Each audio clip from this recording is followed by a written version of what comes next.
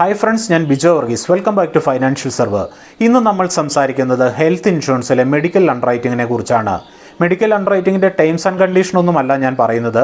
ഒരു കസ്റ്റമർ ഒരു പോളിസി എടുക്കുമ്പോൾ അറിഞ്ഞിരിക്കേണ്ട പ്രധാനപ്പെട്ട ഒരു കാര്യം മാത്രം. ഇങ്ങനെ ഒരു വീഡിയോ തയ്യാറാക്കാനുള്ള കാരണം ഞാൻ ആദ്യം തന്നെ പറയാം. കുറച്ച് മാസങ്ങൾക്ക് മുമ്പ് 66 വയസ്സോളം പ്രായമുള്ള ഒരു സ്ത്രീ എൻ്റെ അടുക്കൽ പോളിസി എടുക്കാൻ വന്നു. അവർക്ക് ഡയബറ്റിക് മാത്രമേ രോഗമായി ഉണ്ടായിരുന്നുള്ളൂ, മറ്റു രോഗങ്ങൾ ഒന്നും തന്നെ ഉണ്ടായിരുന്നില്ല. അവർക്ക് ഞാൻ പോളിസിയുടെ ടേംസ് ആൻഡ് കണ്ടീഷൻ എല്ലാം പറഞ്ഞ് മനസ്സിലാക്കി കൊടുത്തു. അതിനുശേഷം അവർ ആവശ്യമായ ഡോക്യുമെൻറ്റ്സ് എല്ലാം എനിക്ക് അയച്ചു തന്നു. പിന്നീട് അവർ പേയ്മെൻറ്റ് ചെയ്യുകയും ചെയ്തു. ഇതൊരു ദിവസം രാവിലെയായിരുന്നു നടന്നത്. അതിനുശേഷം ഉച്ചയായപ്പോൾ അവരെന്നെ വിളിച്ചു. അവർക്ക് പോളിസി ഡോക്യുമെൻ്റ് ലഭിച്ചില്ല എന്നും പറഞ്ഞ്. അപ്പോൾ ഞാൻ അവരോട് പറഞ്ഞു, നിങ്ങൾക്ക് ഡയബറ്റിക് ഉള്ളതുകൊണ്ട് മെഡിക്കൽ അണ്ടർറൈറ്റിംഗ് ഉണ്ട്, 2-3 ദിവസത്തെ കാലതാമസത്തിന് ശേഷമാണ് കമ്പനി പോളിസി ഇഷ്യൂൻസ് ചെയ്ത് നൽകുക എന്ന്. അതോടൊപ്പം ഞാൻ അവരോട് പറഞ്ഞു, നിങ്ങൾ കടയിൽ പോയി ഒരു ഫോൺ വാങ്ങുന്നത് പോലെയോ ഫ്രിഡ്ജ് വാങ്ങുന്നത് പോലെയോ അല്ല ഹെൽത്ത് ഇൻഷുറൻസ് വാങ്ങുന്നതെന്ന്, ഇതിന് മെഡിക്കൽ അണ്ടർറൈറ്റിംഗ് ഉണ്ട് എന്ന്. അപ്പോൾ അവർ പറയുന്നത്, കമ്പനി പ്രീമിയം വാങ്ങുന്നതിന് മുമ്പ് മെഡിക്കൽ അണ്ടർറൈറ്റിംഗ് നടത്തിയാൽ എന്താണ് കുഴപ്പമെന്നാണ്. ഇതിന്റെ മറുപടി ഈ വീഡിയോയുടെ അവസാനം ഞാൻ വ്യക്തമാക്കി തരുന്നതാണ്. പിന്നീടും അന്ന് തന്നെ അവർ 7-8 തവണ എന്നെ വിളിച്ചു. കുറച്ച് കഴിഞ്ഞപ്പോൾ എനിക്ക് ഒരല്പം ദേഷ്യം വന്നു. സാധാരണഗതിയിൽ ഒരു കസ്റ്റമറോട് ദേഷ്യപ്പെടുന്ന ആളല്ല ഞാൻ. 7-8 തവണ വിളിച്ചപ്പോഴാണ് എനിക്ക് ദേഷ്യം വന്നത്. ഞാൻ അവരോട് പറഞ്ഞു, നിങ്ങൾ 66 വയസ്സ് വരെ നിങ്ങൾ കാത്തിരുന്നു ഒരു പോളിസി ഇല്ലാതെ.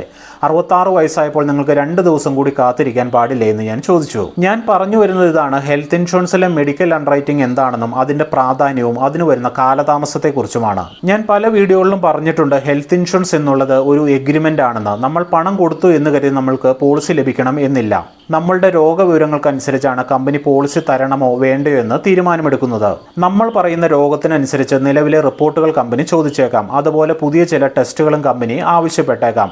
നിലവിലെ രോഗത്തിന്റെ തീവ്രത അനുസരിച്ച് 2 ദിവസം മുതൽ 10 ദിവസം വരെ സാധാരണഗതിയിൽ കാലതാമസം നേരിടാറുണ്ട്. നിങ്ങൾ മനസ്സിലാക്കേണ്ട വസ്തുത ഇതാണ്, ഒരു ഹെൽത്ത് ഇൻഷുറൻസ് എടുക്കുന്ന സമയത്ത് മെഡിക്കൽ അണ്ടർറൈറ്റിംഗ് വളരെ ഈസിയാണ് എന്ന് കരുതി ക്ലെയിമിന്റെ സമയത്ത് അങ്ങനെ ആയിക്കൊള്ളണം എന്ന് നിർബന്ധമില്ല.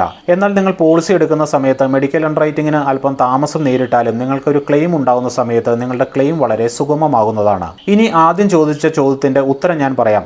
ചോദ്യം ഇതായിരുന്നു, കമ്പനി മെഡിക്കൽ അണ്ടർറൈറ്റിംഗ് നടത്തുന്നതിന് മുമ്പ് എന്തിനാണ് പ്രീമിയം വാങ്ങുന്നതെന്ന്. ഇതിന്റെ കാരണക്കാരും ചില കസ്റ്റമേഴ്സ് തന്നെയാണ്. മെഡിക്കൽ അണ്ടർറൈറ്റിംഗ് എന്നത് കാലതാമസം നേരിടുന്ന ഒന്നാണെന്ന് ഞാൻ പറഞ്ഞിരുന്നുവല്ലോ. ഇതിനായി കമ്പനി അണ്ടർറൈറ്റർമാരുടെ സമയവും അതുപോലെ തന്നെ കമ്പനിക്ക് പണവും നഷ്ടമാവുന്നുണ്ട്. ഇത്തരത്തിൽ കമ്പനി അപ്രൂവൽ നൽകി കഴിഞ്ഞാൽ ചില കസ്റ്റമേഴ്സ് പറയും, ഇതിലും കുറഞ്ഞ പ്രീമിയത്തിൽ വേറെ പോളിസി ലഭിക്കും, ഞാനിത് എടുക്കുന്നില്ല, ഞാൻ ആ പോളിസിയാണ് എടുക്കുന്നതെന്ന്. ഇവിടെ എന്താണ് സംഭവിക്കുന്നത്? കമ്പനിയുടെ സമയവും നഷ്ടമാവും, പണവും നഷ്ടമാവും. അതുകൊണ്ടാണ് കമ്പനി ആദ്യം തന്നെ പ്രീമിയം വാങ്ങിയതിനു ശേഷം മെഡിക്കൽ അണ്ടർറൈറ്റിംഗ് നടത്തുന്നത്. ഞാൻ നിങ്ങളോട് പറയുന്നത് ഇതാണ്, ഒരു നല്ല ഹെൽത്ത് ഇൻഷുറൻസ് ഇല്ലാതെ റിസ്ക് എടുത്ത് നിങ്ങൾ ഇത്ര വർഷം ജീവിച്ചു. ഇനി ജീവിതകാലം മുഴുവൻ നിങ്ങൾക്ക് സംരക്ഷണം നൽകുന്ന നല്ലൊരു ഹെൽത്ത് ഇൻഷുറൻസ് എടുക്കുമ്പോൾ കുറച്ച് ദിവസങ്ങൾ കൂടി നിങ്ങൾക്ക് കാത്തിരുന്നുകൂടെ? നിങ്ങളുടെ കാത്തിരിപ്പിന്റെ ഫലം നിങ്ങളുടെ ക്ലെയിം വളരെ സുഗമമാക്കും എന്ന് ഓർമ്മ വയ്ക്കുക. ഇന്നത്തെ വീഡിയോ വളരെ ചെറിയൊരു വീഡിയോ ആയിരുന്നു. വളരെ പ്രധാനപ്പെട്ട ഒരു കാര്യം നിങ്ങളെ അറിയിക്കണമെന്ന് തോന്നി. ഇനിയാണെങ്കിലും നിങ്ങൾ പോളിസി എടുക്കുമ്പോൾ മെഡിക്കൽ റേറ്റിംഗ് എന്താണെന്ന് അറിയില്ലായിരുന്നു എന്നും അതുപോലെ തന്നെ കാലതാമസം വരും എന്ന് അറിയില്ലായിരുന്നു എന്നും പറയരുത്. അപ്പോൾ പുതിയൊരു വീഡിയോയും പുതിയൊരു ടോപ്പിക്കുമായി കാണുന്നവരെ sign off Bijo. Have a nice day.